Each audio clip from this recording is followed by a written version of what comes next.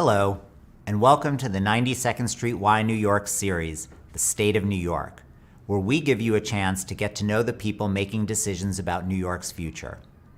We want this series to serve as a platform for fostering meaningful dialogue and to introduce you to the decision makers who are creating New York's future, giving you the opportunity to learn more about what makes our city tick and the pressing issues that shape our lives. I'm Seth Pinsky, CEO of 92NY, and today we're turning our attention to the topic of gerrymandering and voting access in New York State. To discuss this, I'm delighted to be joined by Jeff Wice, Director of the New York Elections, Census, and Redistricting Institute at New York Law School. Stay tuned after our conversation for a discussion with distinguished journalists and New York City experts Nicole Gelinas, Errol Louis, and Brigid Bergin, who will lend their perspectives on the topics covered with Jeff. Thanks to each and every one of you for joining us today. So let's get started. So I'd like to welcome you to our State of New York conversation. Thank you for having me on today. I appreciate it. So I want to discuss the state of democracy here in New York. And I want to start with the topic of voter turnout and what New York is and isn't doing to increase it.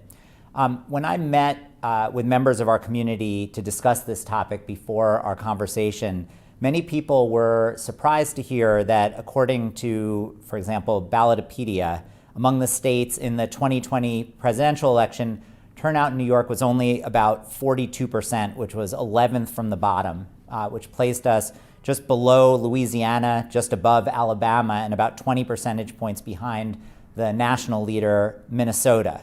And when it comes to democracy metrics, I'd bet that neither of these states are states that we in New York would necessarily think that are our peers. Before getting into the question of why this is, I want to start with an even more general question, which is why should New Yorkers be concerned about low voter turnout? Well, low voter turnout results in elected officials that you might not be pleased to have represent you. That, low voter turnout means people are turned off by politics or by government, or they don't understand the electoral process. New Yorkers get very busy in their everyday lives, their work situations, with their family, and often don't have time to vote. And New York has made some major strides forward in making voting easier. We now have early voting. It's actually underway right now for a number of congressional and state legislative races in the state. We have same-day voting. I mean, we have both early voting, and it's easier to vote by mail, and we have more relaxed registration deadlines. So voting is actually getting easier in New York. We also, for early voting, don't have some of the same requirements for absentee voting that you have on election day. Now for early voting, people can vote by mail without having to provide a reason that they're away from their homes, that they're on travel, that they're sick. It's becoming easier year by year. And what do you think is behind these substantial reforms that the state has enacted over the last few years? My understanding is that it wasn't that long ago that New York was considered one of the more restrictive states. And while we're still not at the top of the list in terms of ease of voting, we're much higher on the list than we were previously. Well, New York has a history of incumbency protection and voting laws that were designed to keep the political parties and the incumbent elected officials in office. So to make it harder to vote, made it harder to challenge an incumbent who was already in office. And that began changing after the 2018 elections, when we changed power in the state legislature in Albany. For many years, we had a Democratic state assembly and a Republican state Senate, and very few election reforms made their way through the state Senate under Republican control. New York is a blue state.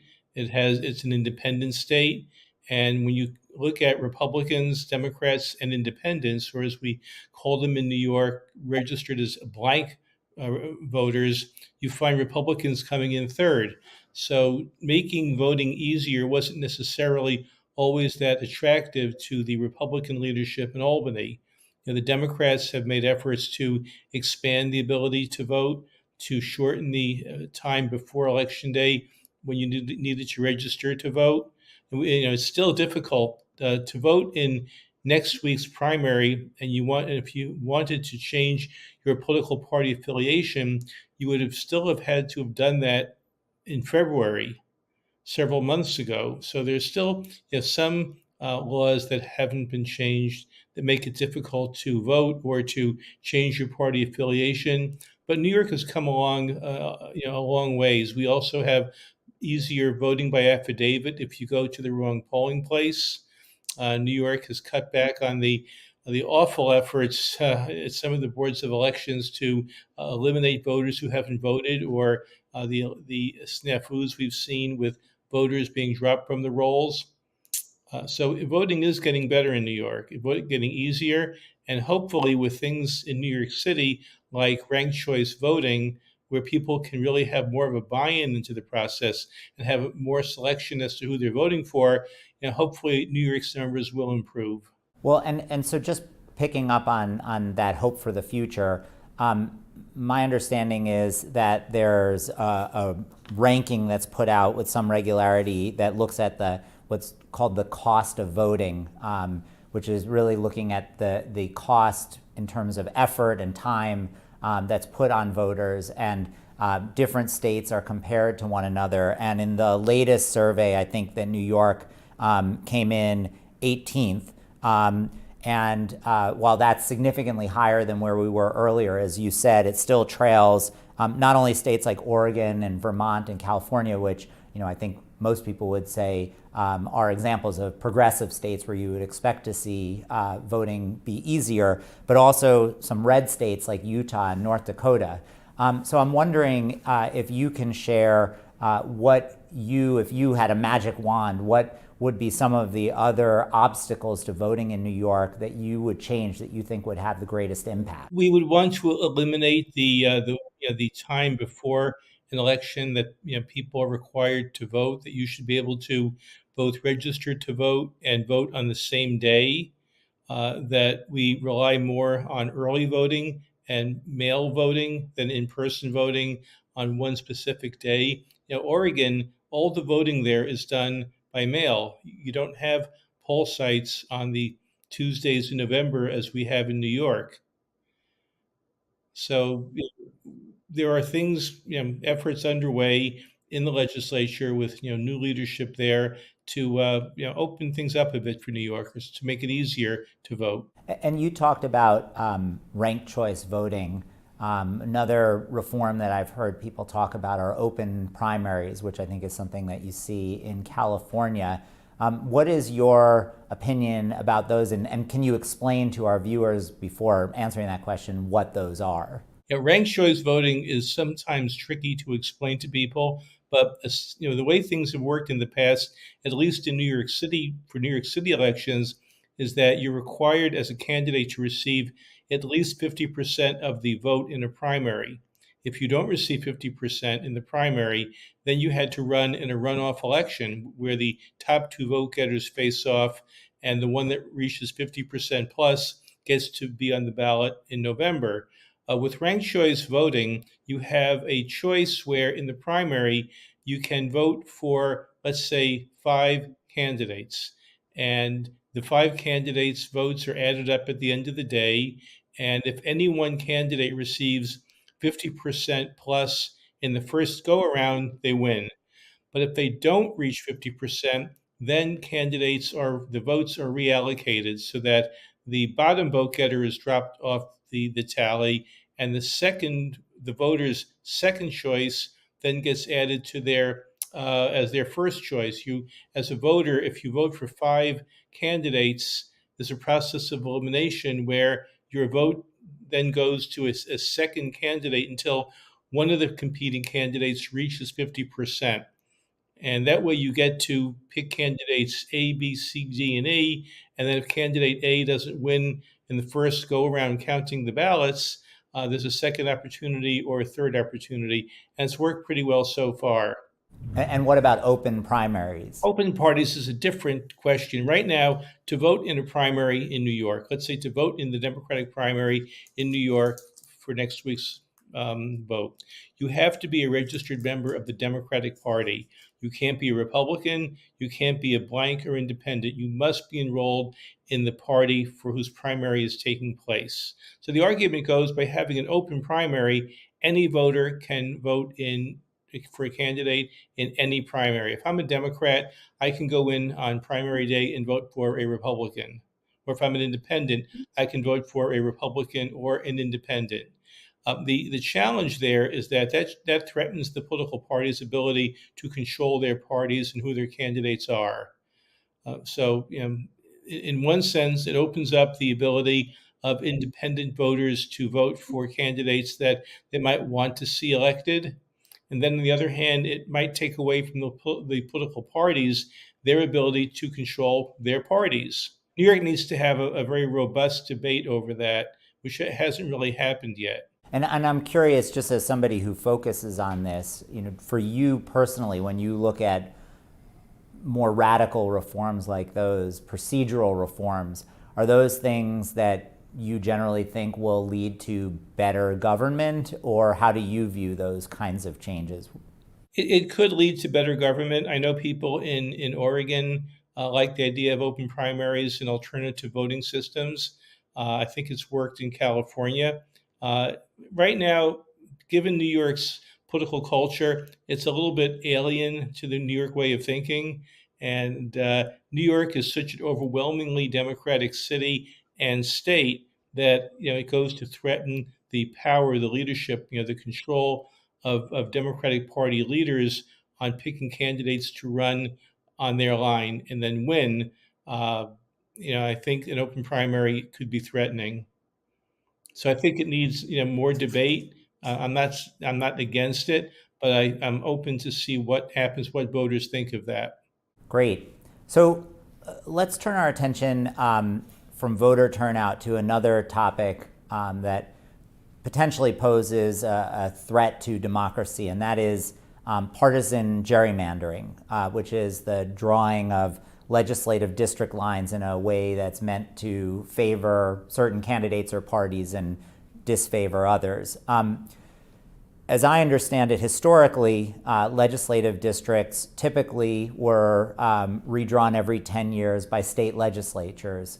And going back to a point that you made earlier, the problem with this was that the legislators had every incentive to draw the lines in ways that protected those who were already in power. And so I guess a couple of decades ago, advocates started to push to change that and to shift the power of redistricting from legislatures to commissions.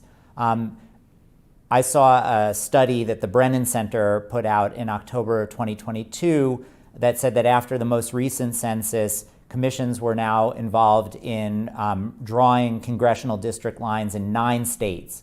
Although, interestingly, in only 4 of those states were the commissions independent, which, as I understand it, means that in the other 5, they were bipartisan, but not nonpartisan.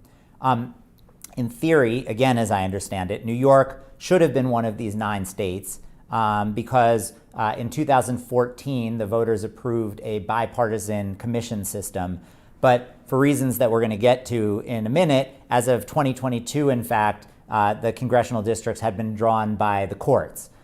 So before turning to exactly what happened after the 2020 census, can you explain to our viewers how the system that was approved in 2014 was supposed to work this time around? Well, when we say supposed to work and how it actually did work are really 2 different things.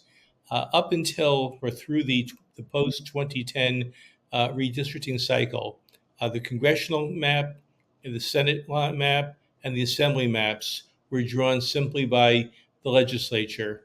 that the legislature drew the plans internally and approved them, signed by the governor. In the mid 2000s, led by former late Mayor Ed Koch, an effort got underway to change that process. Mayor Koch circulated a petition where legislators were being asked to commit themselves to creating an independent commission process. And that effort was well organized, well funded, and got pretty far ahead. But when we go back to 2012, when the lines need to be in place for the election following the previous census, which would have been taken in 2010, then Governor Cuomo cut a deal with the legislature, as often happens in Albany.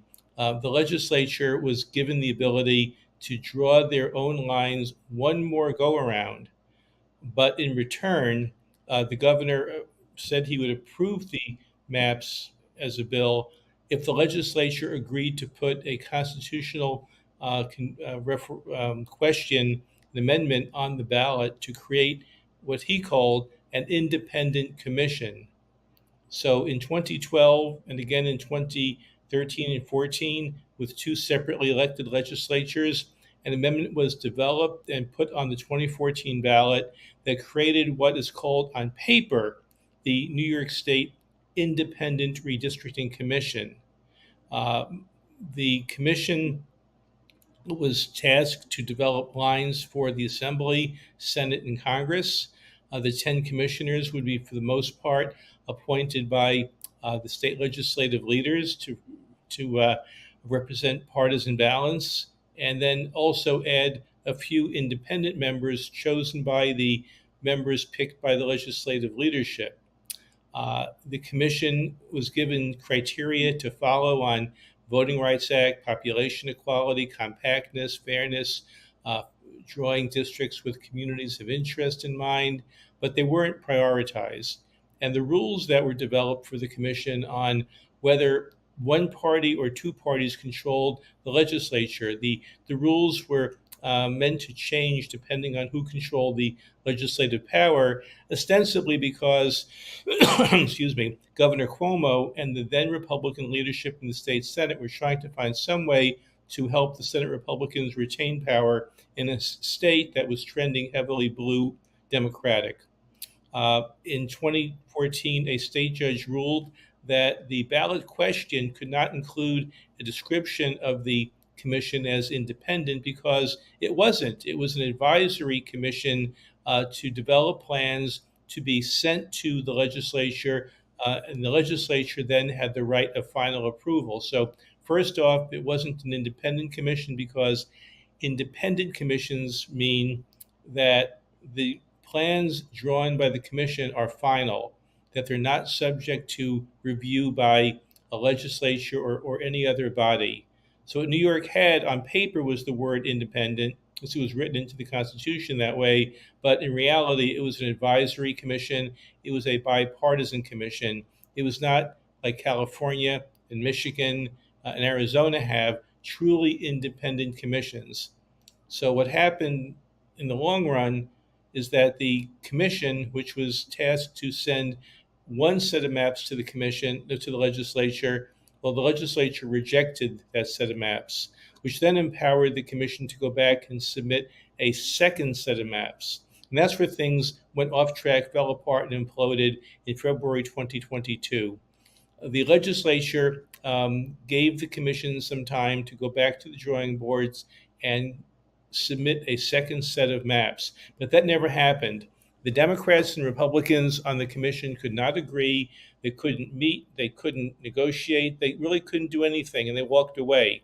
So the legislature drew a plan itself, and that was challenged the same day, February, I think 2nd or 4th, 2022, by Republican plaintiffs in state court in Steuben County, New York, where all the judges are Republican. There are very few judges there, too. And the court ruled that the legislature didn't have the power to redistrict because the second set of maps had not been submitted by the commission to the legislature. That was a fatal flaw in the eyes of the court. And eventually what happened was that the State Court of Appeals ruled that the legislative maps for the Senate and congressional districts were unconstitutional because they were enacted improperly, that the legislature could not pick up and draw maps by itself without having first considered a second round of maps from the commission. Had the commission submitted a second set of maps, the legislature could have rejected those maps, and then on a third attempt, then draw its own map. So what happened after the court stepped in was that the court decided there's no time left. It's almost mid 2022. We have elections, primaries coming up. We're appointing a special master or an outside expert to come in and draw the maps for the Senate and congressional districts. And that's just what happened. I'll just end this description by mentioning that nobody challenged the assembly map, so that the Assembly's own drawn map in 2022 was allowed to be used in 2022.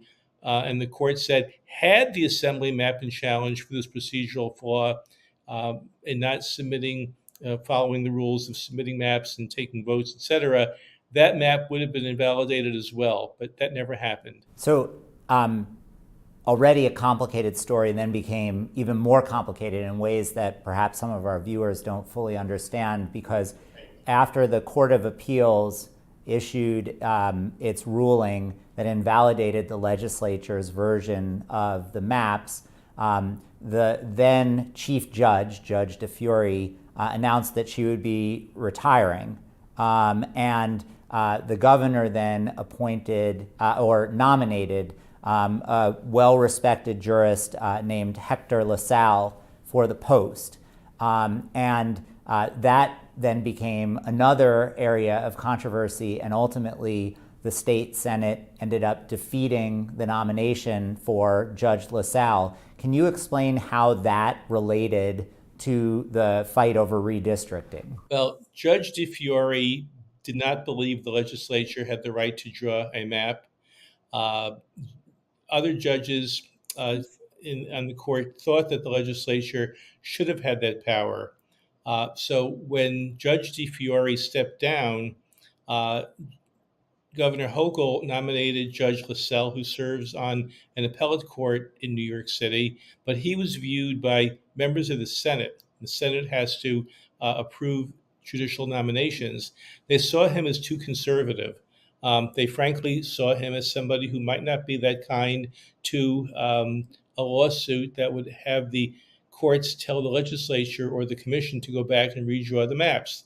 The political leadership wanted a judge on the court more favorable to giving the legislature the ability to draw maps than the previous judge did. So and the governor then nominated Rowan Wilson, a member of the Court of Appeals, an associate judge, to serve as chief judge. And Judge Wilson authored a leading dissent in the original case, where he held that the legislature did have the right to draw the maps, and it's the legislature's job, responsibility to draw maps, not the courts. So Judge Wilson was seen as diametrically opposed on redistricting to what former Judge DeFiore's position was. And so just to bring this all to a close, so we now have a new chief judge in the Court of Appeals. The 2022 elections pass. In these court-drawn districts, Democrats end up doing worse than they had expected in House races. And according to some, because of that, the Democrats ended up losing control of the United States House of Representatives. Can you help our viewers to understand what the rest of the story was and where we are today? I mentioned that the plan that the Democrats drew was seen by the trial judge in Steuben County as being too friendly to the Democrats and in violation of one of the Constitution's criteria that district maps shall not favor or disfavor incumbent officials or political parties. And Judge McAllister in Steuben County thought that that could hurt the ability of Republicans to win or hold on to 6 districts. So the Democratic legislative map was invalidated. and a special master came in and drew a map, which several credit led to the loss of Democratic seats in New York. Uh, Other people argue that had the Democratic drawn plan been used in 2022, Democrats still would have lost those same districts that they lost under the court plan. That the problem in 2022 was not as much as the map as it was just a bad year for the Democrats on crime, on the economy, on immigration, on other issues that just hit voters in a way that they voted Republican. And George Santos would have still been elected to Congress had the map the legislature drew, which went from Suffolk County to the Connecticut border along the Long Island Sound, had that map been in place.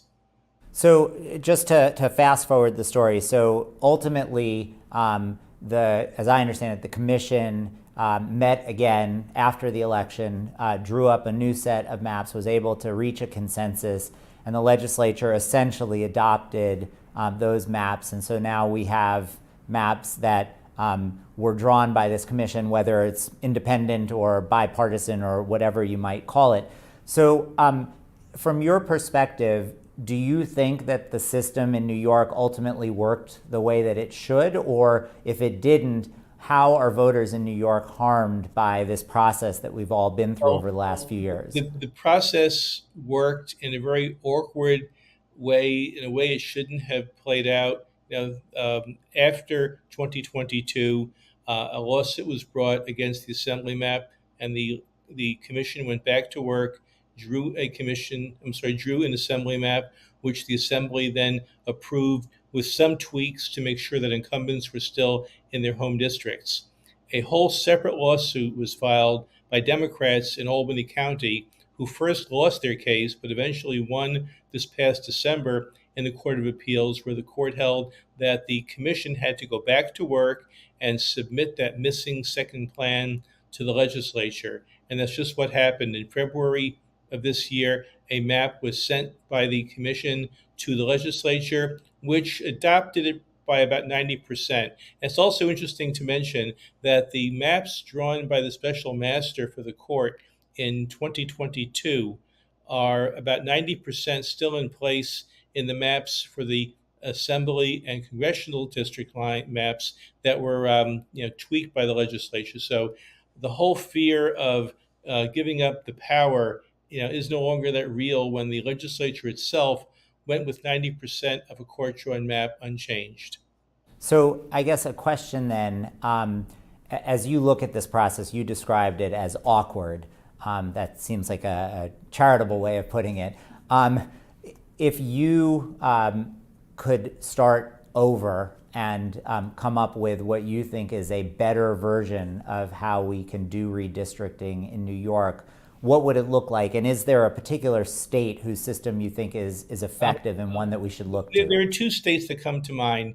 To have a completely independent process, not driven by politics, is to look at the California model, where California, similar to what Michigan and Arizona also have, are commissions where ordinary voters, ordinary citizens, can nominate themselves to serve on a commission, go through an elaborate vetting process to make sure they don't have any conflicts of interest, that their motives are sincere, but winnowing down thousands of applicants down to about 15, 20 people to serve on a commission whose work is done completely in the open, where every meeting is simulcast, where every piece of paper is put on a website, so that nothing is done behind closed doors, and that the maps they produce are approved by and then final. They do not go to a legislature for review or anybody else.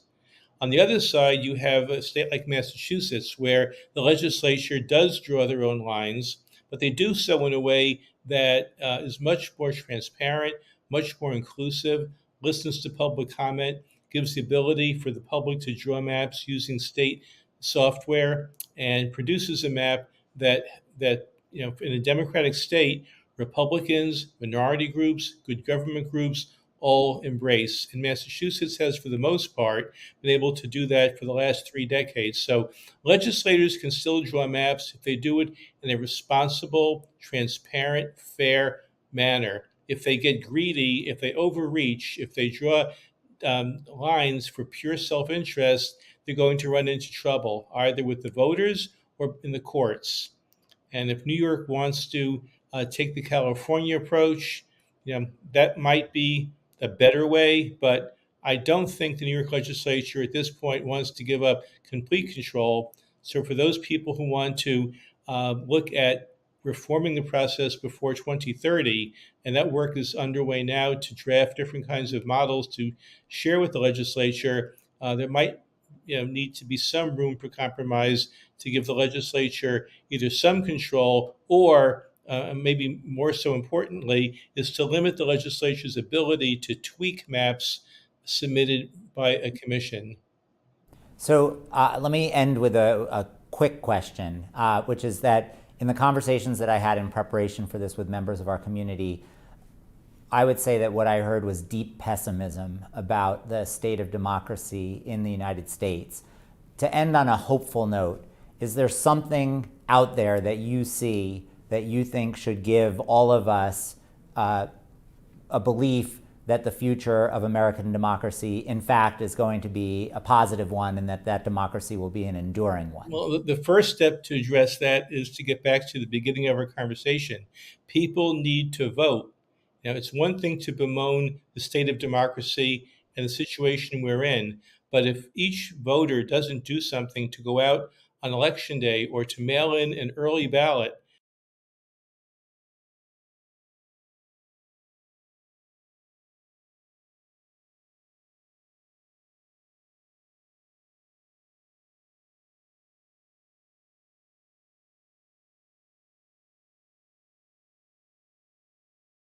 Great. Well, on that note, then, I will thank you for your time. Thank you for your explanation of these very complicated but important topics. And I hope that we can continue the conversation. okay, my pleasure. Thank you.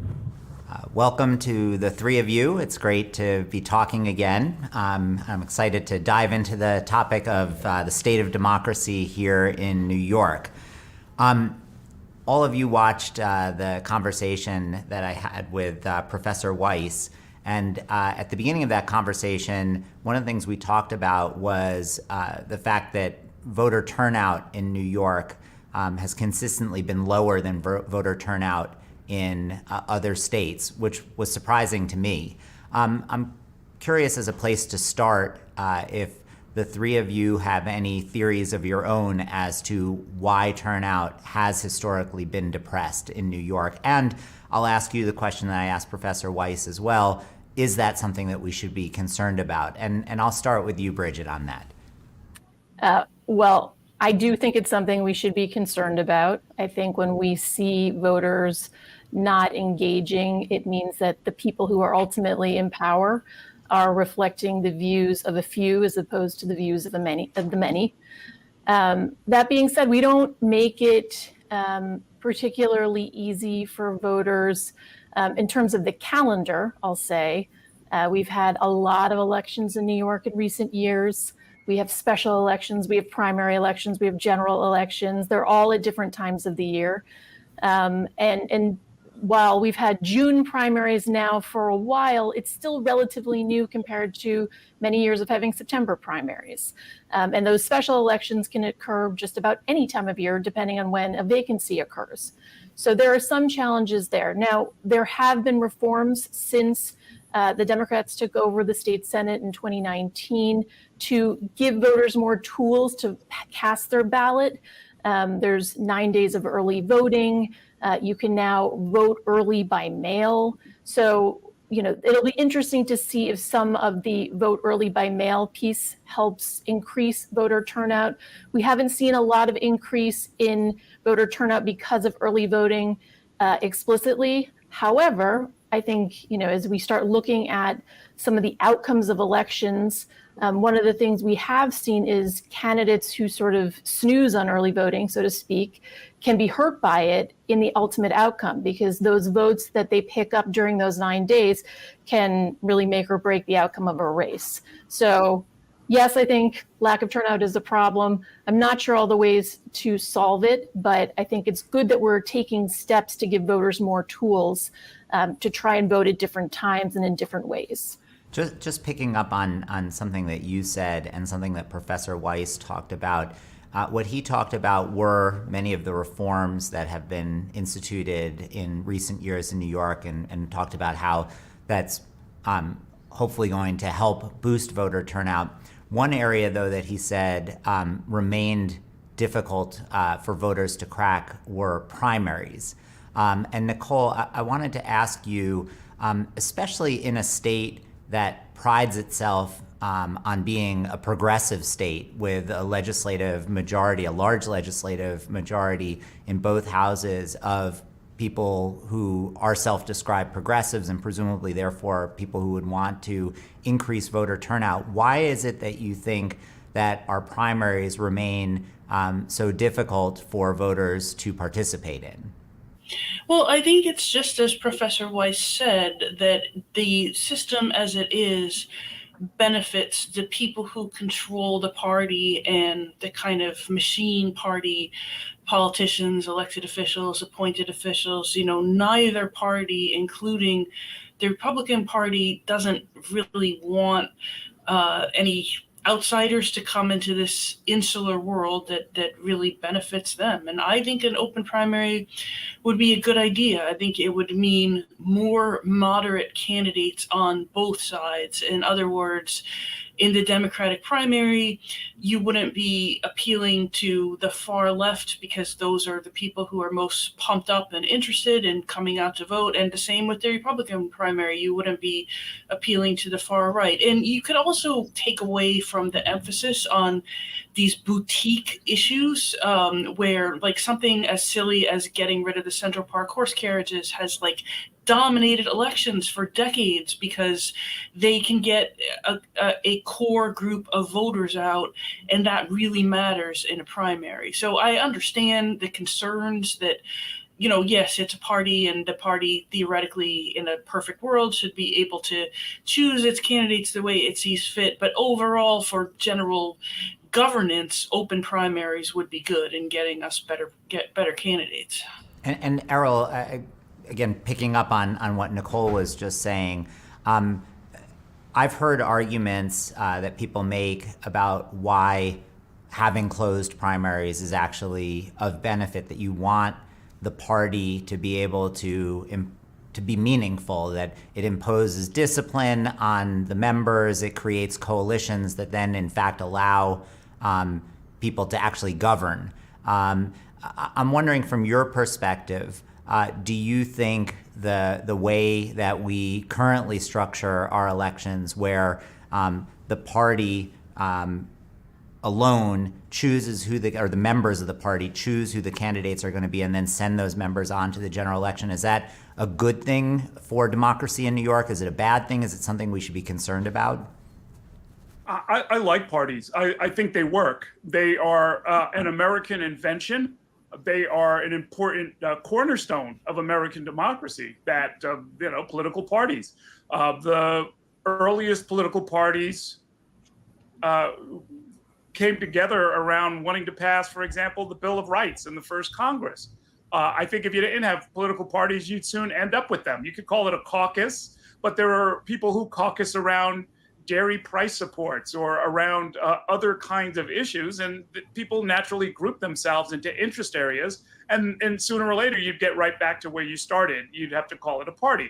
By the way, I'm not so sure I would agree with the general notion that low voter turnout equals a problem for democracy. And I'll give you a very homely personal example. Because I've appeared on a couple of television shows. I'm a member of the Screen Actors Guild. It's a union. And every year they have the SAG Awards. And one of the things I get as a union member is a chance to vote on the SAG Awards. And I never vote on the SAG Awards. Why? Because I don't have time to watch all of the movies that are involved. If there are 3 or 4 movies in a category, I would feel silly voting for one of them if I had not seen the other 3, and I almost never have the time to do that.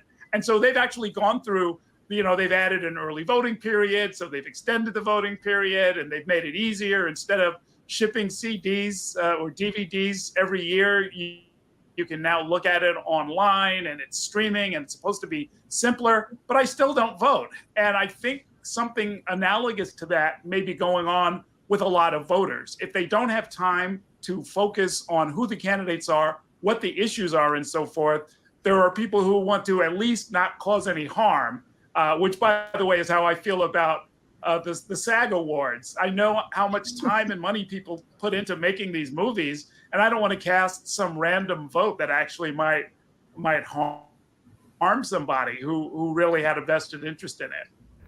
So now I know when I watch the SAG Awards and disagree with the Best Supporting Actor choice, it's you whom I'll blame. So I want to turn to... Oh, no, I had nothing to do with it. That's the point. Yeah, well, it's your apathy that's to blame. When we talked about reforms, one of the reforms that in fact has been instituted, and that I think is an interesting one in New York City, is ranked choice voting. And Professor Wice talked about how he thought that actually was something that could engage voters because they have more of a vested interest in more of the candidates.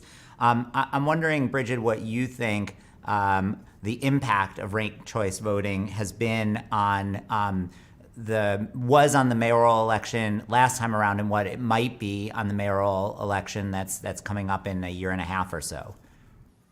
Well, I think in the previous mayoral primary, we saw nearly 1 million voters turn out for the ranked choice primary for the Democrats.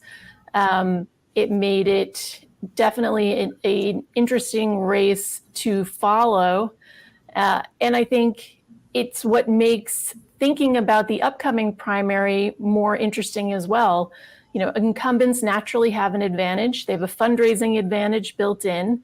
But because ranked choice voting creates this scenario where the candidates can go about how they campaign, go about how they build coalitions, and go about how they talk to voters in a different way. It sort of opens the door to this scenario that maybe the incumbent isn't the automatic next, maybe this isn't really just like an 8-year term. Maybe someone has to really run for re-election. And so I think that there is something really interesting there. There certainly was pushback after the first mayoral primary with ranked choice voting. I covered a hearing that, the state assembly member held in Brooklyn afterwards, where there was some voices raising concerns that this was potentially challenging for groups of voters who, had, struggled to access the ballot in the past. But then, proponents of it will push back on that, and they'll point to data from exit polling that they did after that primary that found that voters of color in particular, said that they liked ranked choice voting and that it benefited them. So I don't think the conversation around it is over here in the city, but I think it makes thinking about 2025 much more interesting. And Nicole, you talked about reforms to the primary system as being one way of potentially pulling candidates to the center, which are desirable from the perspectives of some people, and probably less desirable from the perspective of other people.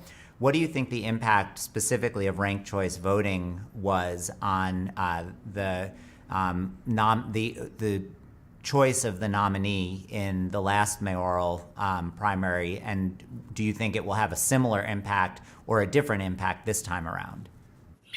I think it's more fun to do. It's interesting intellectually to actually rank people, but I don't think it has a big impact on the election. I mean, the main impact may be practical, that it saves money because you don't have to go through the runoff process. But in the old world of doing things, we still would have had an Adams-Garcia runoff, which is kind of what we did. It just took microseconds to tabulate it on paper. And I think we still would have had Adams win in the runoff with the focus on law and order. I don't think it changes the outcome of the election at all. And Errol, do you feel similarly about that? Well, there is one sort of strategic wrinkle that has happened outside of New York, and I think has happened inside of New York. Even in that mayoral election, remember, there was Andrew Yang and Catherine Garcia decided to basically cross-endorse each other. They kind of ganged up on the front runner, which was Eric Adams. And indeed, it brought Catherine Garcia within 7,000 votes of possibly winning. More recently, we had a ranked choice special election up in Harlem. And in that case for city council, there was a cross endorsement between Al Taylor and Yusef Salaam. And indeed, Yusef Salaam ended up winning against a much more experienced candidate who wasn't quite the incumbent, but had in the past held that seat. But the emergence of more than one competitor, if they cross-endorse each other and run as a team against him, I think he could be in real trouble. Interesting. So let's shift gears now and talk about the second major topic that we discussed with Professor Wice, which was the experience that New York has had recently with its kind of independent redistricting commission. And in some ways, the way that Professor Wice talked about the rollout of this commission, it almost sounded like a political farce. In retrospect, it seems like there were so many obvious ways in which the process was almost designed to create, if not failure, then at least some level of chaos. The commission, for example, wasn't provided with prioritization among the criteria that it was supposed to use in drawing new districts. The legislature was put at the end of the process and was essentially allowed to vote for or against what the commission came up with. The commission was designed in a way where it was possible and maybe even likely that there would be deadlock. So one question, not to subscribe to political conspiracy theories, but Brigid, do you think that the process was deliberately set up in this way to create this, what ultimately happened, the outcome where the legislature got to maintain a significant amount of input into the redistricting? And if so, why do you think that might have been? I mean, I don't want to speculate too much about why it was created, but the fact of the matter was it was completely dysfunctional. And the role that, the fact that we went through so many lawsuits to end up with maps for this current cycle, is really a statement that this idea that, voters voted on a ballot initiative for some independent commission and some independent reform, it just is false. It wasn't, there was no effective reform implemented. I had the opportunity to actually go to a conference on redistricting that Professor Wice hosted at New York Law School recently. And, among all of the different speakers, that was the consistent theme, that this was really a broken process, that you can't create a commission made up of equal numbers, essentially, of partisan members and then expect them to come to an agreement. And so that going forward, there needs to be a better way of doing this. And one of the things that was most striking to me recently, we recently had a primary election, and in the final version of the maps right now, we've reported on all the different lawsuits, all the different changes all through. And, in New York City, the changes were relatively minor, but there were changes. And I actually had voters reaching out to me on primary day because they went to their poll site expecting to see a certain candidate in a certain race on the ballot, and they didn't see it. And they were very concerned that there was something going on. And I had to sort of hit the pause button and say, well, what's your address? Where do you live? And I looked them up on the very wonderful Redistricting and You website created by our friends over at the CUNY Graduate School that shows all the many different lines that have existed through this process, and found that this particular voter was literally on the block that had been moved outside of a certain district. And so I think it's one of these things, it's a very technical process. It was intended to, people thought they were voting for reform. They didn't get reform. It's not something that average voters pay attention to because it's very technical. But ultimately, what we're talking about is power. Who has it? How they wield it? And it's something that we need to do a better job of going forward, or we risk really alienating voters and potentially, driving down that turnout that I personally think is very important. Well, and that's actually a question that I had coming out of the conversation with Professor Wice. I'm going to ask of you, Nicole, which is that, so we passed this reform that was supposed to change our process, and in fact, the reform ended up bringing a broken process to New York. There are other states that have done this, and as Professor Wice described, have done it quite successfully, whether it's the model in Massachusetts where the legislature still draws the lines, but does so in a much more open and transparent way, and a much more nonpartisan way, or the model in California where it's a truly independent commission that draws the lines. Why is it that in New York we seem to have so much trouble rolling out reforms that seem to be done in other places relatively successfully, and then end up turning into disappointments here in our state? Well, I think, Brigid used the word dysfunctional, but it is functioning from the perspective of the people in power. And I think that's the key. How do you get that to change? And we see this over and over in different issues. I mean, it's very clear. New York State never had any intention of launching congestion pricing. They could have saved us 4 years of work if they just said that from the outset. They do not want to do it. The governor doesn't want to do it. The legislature doesn't want to do it. And so they went through this charade and spent literally hundreds of millions of dollars before getting to the finish line and saying, we're not going to do it.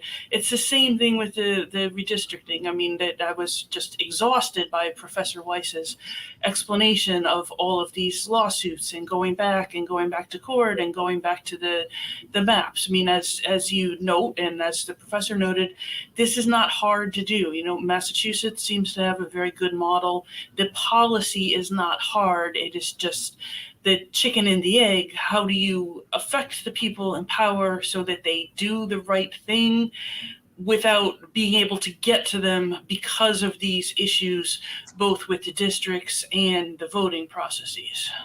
And Nicole, you talked about the role that the courts ultimately ended up playing. And I want to focus on that because I feel like in some ways that hasn't gotten as much attention among enough people. But in 2022, the Court of Appeals issued a very important judgment that said that what the legislature had done at the end of the redistricting process was improper. And as a result of that, the lower court ended up imposing maps on the state that were used in the congressional elections. And then Judge DeFury, who was the chief judge when the opinion was issued and had sided with the majority, stepped down, and the governor appointed or nominated Judge LaSalle to take her place. Judge LaSalle was ultimately defeated. His nomination was defeated in the state Senate. I'm curious, Errol, how much of the reason for the defeat of his nomination do you think was this redistricting fight? Well, it certainly was on the minds of the legislators, and it became even more apparent when the next chief judge was named. Rowan Wilson had been a dissenting voice when the redistricting fight was going on. In fact, he made clear he didn't think that the special master was even necessary. His reading of the law was that they just needed to cure the problem by sending it back to the legislature and having them pick up the process where it dropped off, rather than dumping all of the lines. And so I could never get anybody to admit it up front, but it sure was, conveniently enough, exactly what the legislative majority wanted. They wanted Rowan Wilson, or they wanted somebody who believed the way Rowan Wilson did, that the power needed to go back to the legislature, that the process needed to resume, and that what was essentially a gerrymandered map, but with legislative restraint rather than court orders, tempering their desire to very boldly gerrymander the entire state. And I think that's really what the process in New York has been lacking, that other states have, a reliable mechanism to introduce, for lack of a better word, I'd say, a little bit of political modesty into the process, so that whoever happens and create such egregiously drawn lines that everyone complains, including the courts, back and forth every 10 years, trying to figure out where the limit is. And Brigid, another more cynical but maybe fair argument that's been made in defense of the process and in defense of what the legislature tried to do is that in the election in 2022, the Democrats ultimately ended up losing the House, and some would say that the reason for that was because New York had not been allowed to draw more partisan districts, at the same time that other red states had very openly gerrymandered the districts in their states, and that essentially by unilaterally disarming, New York had cost Democratic voters nationwide the right to be represented in the majority in Congress. Two questions for you. One is, do you think that's correct? And two, do you find that argument to be persuasive?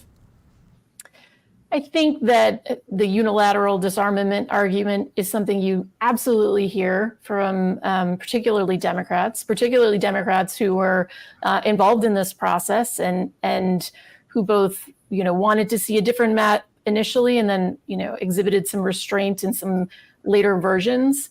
I think that alone doesn't account for some of the changes in these congressional districts that ended up becoming the swing districts, not just in terms of the makeup of the voters, but also the candidates that were running in those districts. And so I don't think it is only about the redistricting process. However, certainly we have seen other states use gerrymandering very explicitly for the advantage, particularly of the Republican Party. And so New York, because they could not do that, does not, offer the party that, the blue states party that benefit.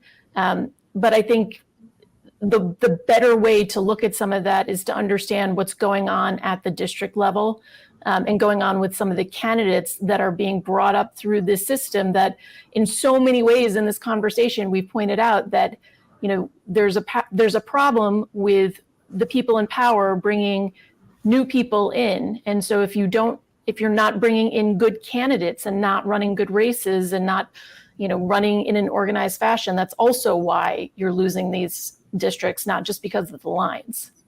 And Nicole, just to pick up on that, you've said repeatedly in this conversation that you're not terribly surprised by the decisions that get made in Albany when it comes to elections.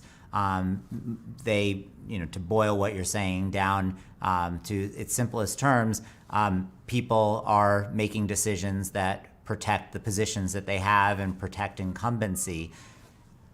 Given that, but also given what a mess the 2022 election turned out to be and what a mess this redistricting process has turned out to be, are you optimistic that there are going to be reforms that are passed ahead of the next redistricting, which will take place after the 2030 census? No, I'm not optimistic, but I think in the bigger picture, just as with the mayoral election, I don't think that the fiddling around with how we vote ultimately changed the outcome. I think the broad will of the public on big picture issues still finds a way to get through. You know, for example, the governor's race, there was no redistricting issue in the governor's race because that is a statewide race.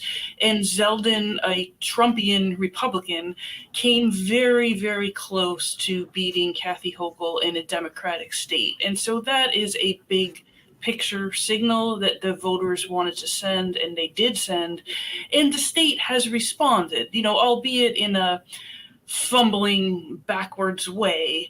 We are finally shutting down the illegal marijuana shops. Now, we should have thought of this 3 years ago, and it should have been done a long time ago, but at least it is happening. The same thing with some of the criminal justice reforms, you know, through a very long-winded iterative process, the reforms are themselves being reformed. So there is a point at which the elected officials do grow afraid of the voters. It's just that under the system that they have created for themselves, that process takes way too long and things get far worse than they need to get before the pendulum swings back. So the last question I was going to ask was, in spite of all of the challenges that we face here in New York, as Professor Wice repeatedly pointed out, voting is getting easier in New York, and access to the ballot is getting easier here in New York. And so that I took to be a hopeful message. And I think you just offered your own version of hope.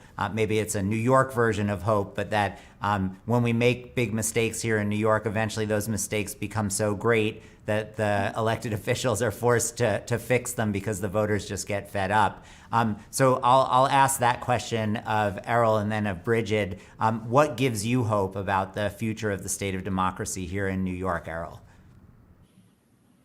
Well, I like the fact that we keep trying these different reforms, because at least they make clear that it doesn't necessarily tie back to the ease of being able to vote. I've been in some elections, I remember during the Obama era, where you had to wait online for more than an hour after entering the polling spot just because they were disorganized. And so early voting, better digitization of the process has made it so that at least we don't have to worry about that there's no trick being played on us, that they're not going to try and make it so difficult in that way for us to vote. So that actually gives me hope, so that we can focus on what I think is the more important issue, which is getting people educated and building a culture in which people absorb information, not at the last minute, but throughout the electoral season, so that they're prepared and they feel like they're ready to go and vote. And so that does give me hope.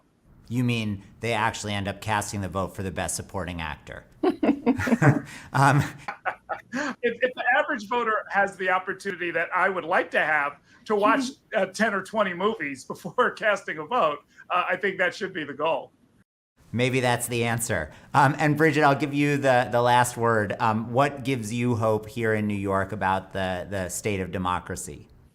So I will tell you, I cover a lot of different civic-related events, democracy-related events, and I had the good fortune of attending an event earlier this year sponsored by a group called Why Vote. It's an organization that's all about bringing young people into the civic sphere, teaching them skills to organize and advocate, helping them organize around issues. And they were doing their presentations. There were about, I'd say, 150 young people from across the city doing this event at the municipal building. The public advocate came, the Manhattan Borough president, Mark Levine, was there. And what was really inspiring about it was to hear these young people talk about the issues that mattered to them and their plan for what needed to happen, their civic agenda. I think sending the message to young people that we care about that we want them to have a voice in these processes young, while they're in school, when we have an opportunity. We've talked a lot, in the past about how civics in schools is something that is really withered. So anytime I see something where that is happening with people who are, before they are out and jaded like us, that they can learn that, that there are things that they can do, they can have a voice. I think that gives me a lot of hope, gives me a lot of inspiration. I would anticipate that some of those young people that I saw will be our next city council members, our next borough presidents, and I think that's pretty great. Well, on that hopeful note, we'll conclude this conversation. I will look forward to speaking with all of you on our next show, and we'll discuss another important topic for New York and New Yorkers. Thank you so much. Thanks for joining us. From the 92nd Street Y, New York, I'm Seth Pinsky.